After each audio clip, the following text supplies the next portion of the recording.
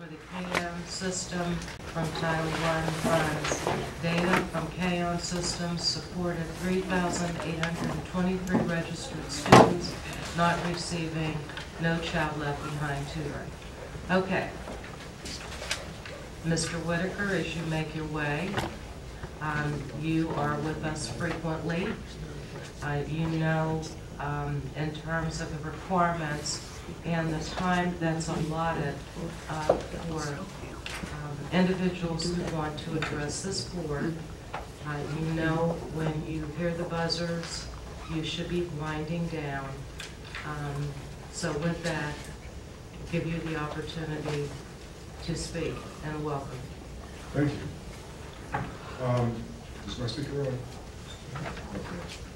Okay. Before I begin my time, I'd like to note if any of the board members or any of the designees have a copy of the updated SCS Provider Summary Report. We've been asking, we've been unable to get that from the SCS office per our many written requests via email as recently as this morning. So does anybody have a copy of the most recent SCS Provider Summary Report? No, we don't. Okay. Well, as I stated in the, today's email, I wanted to use the SCS Provider Summary Report, which is maintained by the KYAN system and updated nightly as part of my presentation to further support our request for board members not to approve the expenditure of another $10,000 for the additional KYAN system software. On December the 6th, 2011, the KYAN system reported 3,823 students not having received any of the No Child Left Behind SCS tutoring. Therefore, if the SCS officials are not going to acknowledge the red flags of the 3,823 students not receiving the tutoring, the NCLB tutoring, the KYAN system data currently raises, then there's no need for the board to approve the expenditures for the additional KYAN software for the purpose of maintaining student records related to the SCS tutoring service. As many of you are aware, none of the 19 SCS officials hired to operate the SCS program or the superintendent have been able to provide an answer to the questions we've been asking orally and in writing ever since receiving the SCS student data from the KYAN system. September the 6th, 2011. Why out of the 3,823 eligible students alleged to be registered by the providers who were approved by the board to receive $6.3 million on October 4th, 2011, not one of the students has received tutoring according to the KYAN system and the data that we currently have. So the question again is, why hasn't this tutoring started for those 3,000 students? And there's no need to expend any more expenditures on the KYAN system since you already are not utilizing the data that is indicating that there are red flags in that SCS tutoring system. Okay. Have you completed your... My question is about the KYAN system. I understand that. And since it is no longer being utilized, the data is no longer being utilized, it's not necessary to continue approving any expenditures for that. Well, Mr. Whitaker, have you concluded? Or is my 3 minutes over? Well, you've got like maybe a minute. Well, then I'll wait and let you take my minute to answer my questions because I have written you, I have asked you, and I'm here, and I'll give you my minute to answer my question. Well, your minute is now over. Mr. Whitaker, as we've shared with you previously, the purpose of giving the community the participation to speak on agenda action items is to listen. Dr. Harris and her staff will get back with you with the information that you are seeking and be able to answer the questions that you're asking. That's our process. We share that with you in all due respect each and every time that you come to the meeting with questions. I see responses are provided, and again, you come and you want this body to be able to answer your questions, and many times we can't. So we thank you for taking the time to come to speak to us and sharing your concerns. The one question I do have is, how are you making a decision on the KAON system, and none of you have any of the updated data on the KAON system, and you're going to make a decision on it? Again, thank you again for sharing your issues and your concerns. Well, can I get a copy of the updated KAON system? Can I get a copy of the updated KAON system? You go through the proper channels You and make the proper you request through public records. Can I get a copy? You, Mr., you're out of order. No, just a moment. Are you taking a seat? Well, you say I'm out of order. Yes, please, take a seat. Thank you.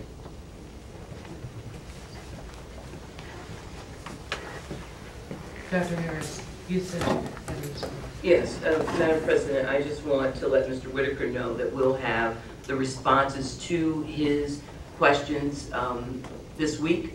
He'll have this before the week is out. The other thing, if board members have any questions about the KAON system, when we get to the consent agenda, we are perfectly willing and able to answer those questions. Yes. I thought we were about the consent agenda. No, we're not there yet. Okay. Okay, it's public comment for the consent, on the consent agenda. Okay, a clarification question Okay. from Mr. Whitaker. He's wanting us to know on this, on the authorization to purchase.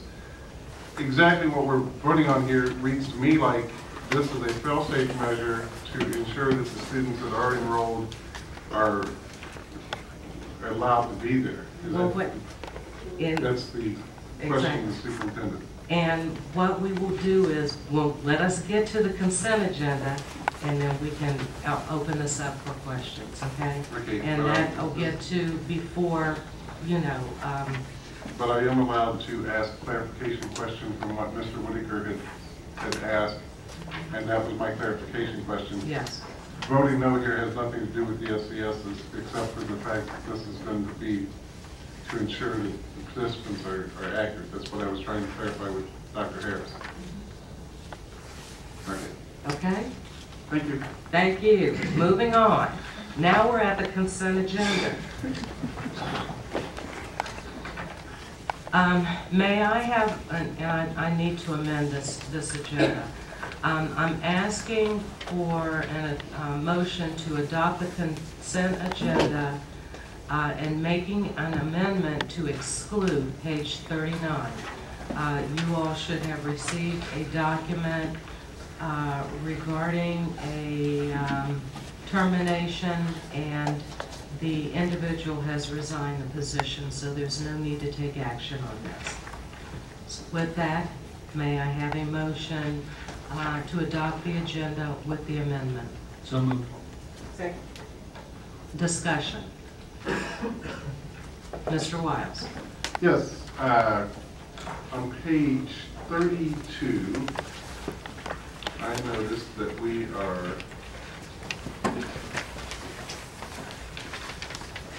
paying for Ohio School Boards Association membership dues for Another document there. Mr. Braverman and Wanda Willis. Aren't we already a member? And is this something, I don't understand why we have to buy separate memberships if we're already a member. I do. The way I understand it, Mr. Wiles, you are right. The board is a member of OSBA, but this is a membership in the Ohio Council of School Boards Attorneys. So it allows them some access to some data that they would not otherwise have. So your membership does not cover this membership. How convenient. Okay. Ms. Gibbs? Question, on page 7, just a quick question. When we talk about accepting the funds from the osteopathic foundation, just from a language standpoint, we are accepting the donation because it's going to be charged to the other group, but it's going to be allocated. Because we use charge when we're paying for something, but we're not paying out with this one. No, I think that's the language typically, Penny, that we use when we are allocating those through those funds that is charged. But we're accepting this money. Correct. Okay, I was confused with that. Other questions? Mrs. Campbell? Madam President. Dr. Horn. Honest, I was talking to somebody today about Dr. Horn. I mean, here this evening. I apologize. I'm dating myself. It's late, it's almost 8:30. Dr. Harris, would you please share with me what I was looking at and excited about the Tell for Kids, and they have a program that they're going to implement at Marion Franklin. What is the Balance Assessment System? What page are you on? I'm sorry, I'm on page 5. Page 5. And it has to do with Ohio value added with high schools. And in listening to a lot of the initiatives that Ms. Red shared with us this evening, I said, oh, this is something additional that our teachers and students will be able to benefit from. And I just wanted to know. And I believe that, and you may have to help me on this, I believe that it is a similar program that Centennial High School is involved in. It has to do with end of the year assessments and end of course assessments, pardon me. And working with the Tell for Kids to actually analyze those assessments. We want to look at this for implementation in other of our high schools. Centennial has been a part of the statewide pilot with the Tell for Kids for probably about 4 years or so. 4 years, okay. And now Marion Franklin will be in, and we are getting very good results. At Centennial, they are seeing increases in their ACT scores and some other indicators of success also. So we want Marion Franklin, not we want, but Marion Franklin staff wanted to take advantage of this opportunity also. So it's an opportunity for them to have quarterly assessments, I didn't quite understand, to have periodic assessments to share the data and how to use that data moving forward? Yes, as well as end of course exam. End of course exam. Yes. Other questions? Ms. Gibbs? On page 6 on the Cayenne legislation, I would like Internal Auditor Smith, I would just like to know if there's anything she wanted to add about the system and how it's working. If not, you're free to. President Perkins, Member Gibbs. The Cayenne system, from when we did our review, it's a very good system. It relies on information being input accurately and timely. So what this proposed upgrade will do is will give us the information that we need from that system on a more timely basis. So as far as spending the money to do that, Internal Audit is in support of this. It was one of the recommendations that we made as far as strengthening the controls over the program. Thank you. Yes, Ms. So Campbell? as a follow-up, Ms. Auditor Smith, so what do you do once you've gone through the process? You said it allows you an opportunity to rely on the input and put that in a timely fashion. And it's just a record-keeping system so that it allows an SCS vendor, or I mean, where do we go from there with its accuracy and input? President Perkins, Member Campbell, one of the things that is going to have to happen in order to really take advantage of this upgrade is we're going to also have to be able to compare the information that we're getting from the Cayenne system to the student enrollment system, so we can do that comparison in a timely basis to see, okay, yes, The provider has invoiced us for this service through Cayenne. We can then compare what's in our student enrollment system to see, yes, the student is enrolled in a legitimate school and is entitled to receive these services. Dr. Harris, if I'm No, you're doing great. And one of the things that it will help prevent is that a student is not receiving services and the vendor is billing us. And so we'll be able to see, exactly, where the student is and whether or not he or she is receiving those services. To follow up on that, how is the system going to make that happen? Well, I don't work the system, so I'll have to have someone, and I don't know if Joyce is still here, Joyce Hackett can talk a little bit about how that will prevent what I've just described. And while Ms. Hackett is coming, detail. if I can just add to it, what we're going to be able to do is the product that Internal Audit purchased probably about a year ago, ACL. ACL will be able to generate a script that will be able to compare the information from Cayenne to the information from the student attendance system and generate any exceptions that come out from that system. So with the information being updated and input into both systems timely, it's a good monitoring tool for the SES program. I guess my question would be, how does it, what Dr. Harris said was it keeps them from billing us for services not provided. Well, But the way you explained it to me was all it basically does is tell us that the student is enrolled in our schools, not that the service was actually provided by the vendor.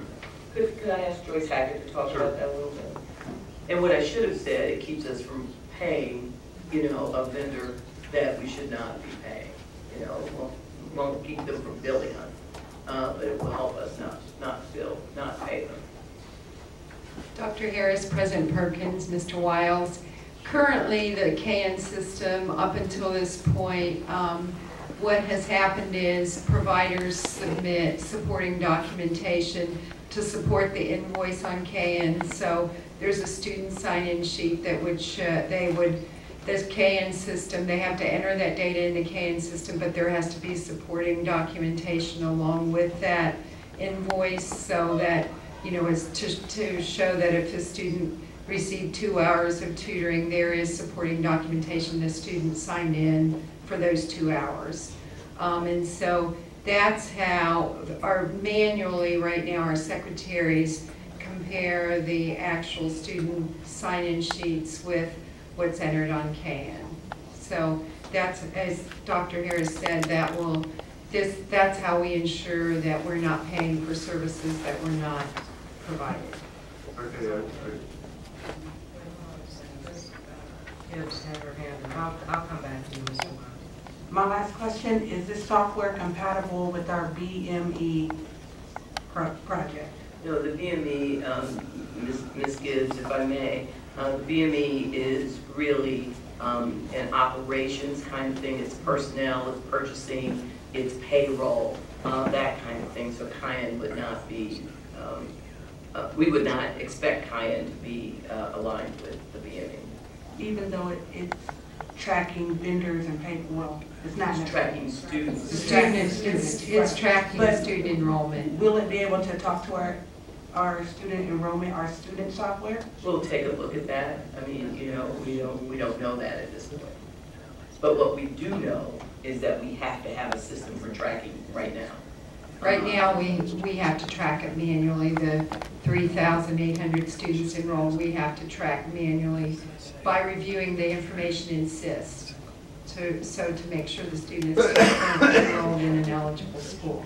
But we don't know if we can link it to our student data and have just one more click and it just do that. We don't know that yet. I don't even know if we would want to have that, but no, we don't know that. It's a standalone system, but we can feed the data from SIS with this new upgrade to the software so that they can talk to each other. So that's our current student information system. That's correct. Do we have our CIO? No. We have an interim CIO, that's Michelle Van Dyke, there she is. I have a question for Ms. Van Dyke. Then if we add this system, then how many What number will this bring us to of individual soul systems, whatever Canyon system? If I may, just use, we already have the Cayenne system. Oh, this just has. We're just, yes, we're adding an upgrade. This is additional purchase services. Yeah, I guess my question is, I still haven't heard how this is gonna stop us from paying a vendor for, if a vendor's trying to defraud us, for a lack of a better word. Yeah, we can double check that we have the student that he's billing us for, but you haven't shown me anything here that says this thing here is gonna tell me that he actually provided the service. They don't swipe in or swipe out, they just do signing sheet. You do that, and basically all this does is say, yes, we have the student and they're in an eligible school. It doesn't say whether or not they actually, provided proper service. And from what I remember with the SES, the ones that we did have problems with, it wasn't that they were ineligible students, it's just that they didn't provide the service. Correct? Mr. Wiles and members of the board, actually we have issues with providers that had billed us for students that had withdrawn from Columbus City Schools or had withdrawn from an eligible school, in addition to providers who had billed us for services where we later found out parents had not signed the student attendance form. That's another requirement, is monthly the parent has to sign that these services, they know their child went to these tutoring sessions and that this is accurate. So we have a combination of issues. Okay, so this just addresses one of the many issues. This closes one window, but leaves the others open, and we have to figure out. It closes one window, I don't know.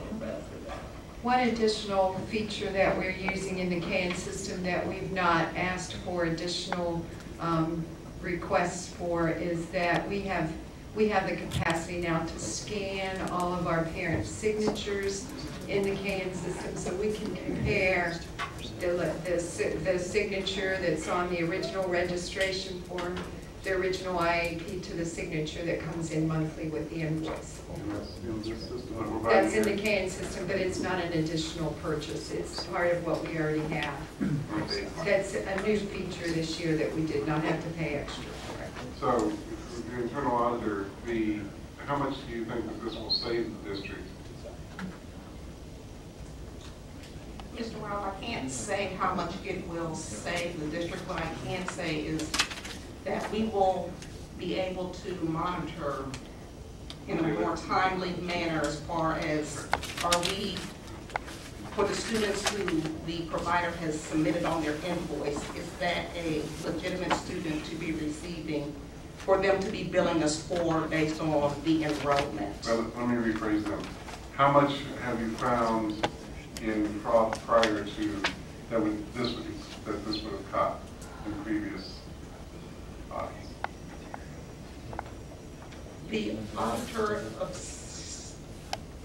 state has provided a very rough preliminary number.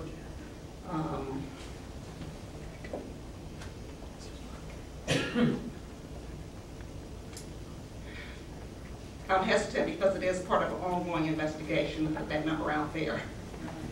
If I may also add that we've worked with the auditor of state to ensure the accuracy of that information, to make sure that if the child has withdrawn, that he did indeed withdraw from the district.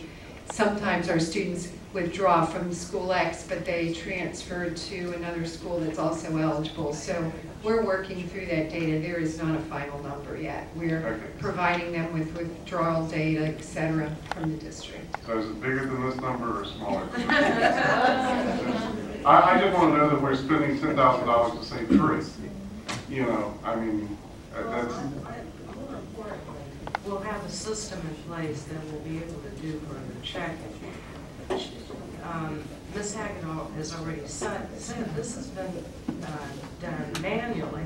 I mean, I can't even imagine the number of man or woman hours necessary in order to control a process or program that's really huge. Then that work too, so how much money will this save us by doing this rather than doing it manually? Really? Well, that's correct. Yes, Mrs. Campbell. Yeah, that's fine. Okay. Okay, I just, whenever we spend money, I just like to know that we're That, spending it wisely. And the we appreciate that. $10,000 amount also allows us to purchase additional technical support from the CAN system, training hours, et cetera. So that's, a package that's more than, just one feature. So is this every year or is this one time? This is a one-time addition right now. Now, the technical support is, as we use technical That's support, we important. pay for it. Right. Mrs. Campbell. Yes, thank you, President Perkins. Ms. Hackett, I guess what I'm saying, and I'm just learning about this particular technology, but if I wanted a report on how the 19 vendors are doing, or how the vendors are doing in terms of recruiting and maintaining our children, the system will allow that to, a report to generate? The CAN system, we can provide many types of reports, but it's an enrollment, we can provide you with an enrollment summary, a summary of how many students have pre-test scores entered, individual achievement plans entered. It also shows transfers, if students transfer to another company, or if their parents decide they don't want the tutoring. So any type of data like that. And then also, Ms. Hackett, it will be able to tell us if we're not going to use the money that was allotted to us from the state. It'll be a lot clearer as to why. We had 20% of our children that transferred to another school. We had 20 that dropped out. That report, this system can generate that kind of report. Well, it can allow us to make that kind of summarization, I guess. Well, we can show by provider the number of hours that we've been invoiced for, and then the number of hours we've paid for. It would not give you a reason for the denial. We would have to look at the actual supporting documentation to give you that information. But there is a report that shows amounts paid per vendor. Thank you. Mr. Stewart. I'm still, I need to get up to speed on the whole issue surrounding this. But my question is kind of the opposite. Will we lose accuracy by getting this system in place compared to a human actually looking at this data? Is it going to increase our accuracy, or are we going to lose it? I know it's unpopular to have a lot of man hours there, but I'm more interested in more accurate information. I would say that we will increase accuracy. I mean, the data that we will get nightly from SIS, our student information system, the district student information system, is as accurate as, the data that was inputted at the school level. And so when those two systems speak to one another, I would say that would be very accurate data. Now, is that going to alleviate what we do when we're processing invoices? No, we will still, double check to make sure students are still enrolled. If there's a question about that, if they've appeared on the report that we get from the CAN system, we will go back and check that again in SIS. If it's one that's flagged in the CAN system, we'll check that behind that, double check. Other questions? Hearing none, Mrs. Ritter, will you please call the roll? Thank you. Mrs. Campbell? Mrs. Campbell? Yes. Vice President Reyes? Yes. Mr. Stewart? Yes. Mr. Wiles? Yes, except for pages 31 on the Business Operations Food Service Breakfast Program, I'll vote no. And on page 32, the OSBA extra, I vote no.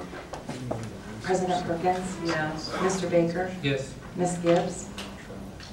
Yes. Oh, Mr. Stewart. I'm sorry, I needed to amend mine. I vote yes, except for pages 13, 14, 29, was comprehensive.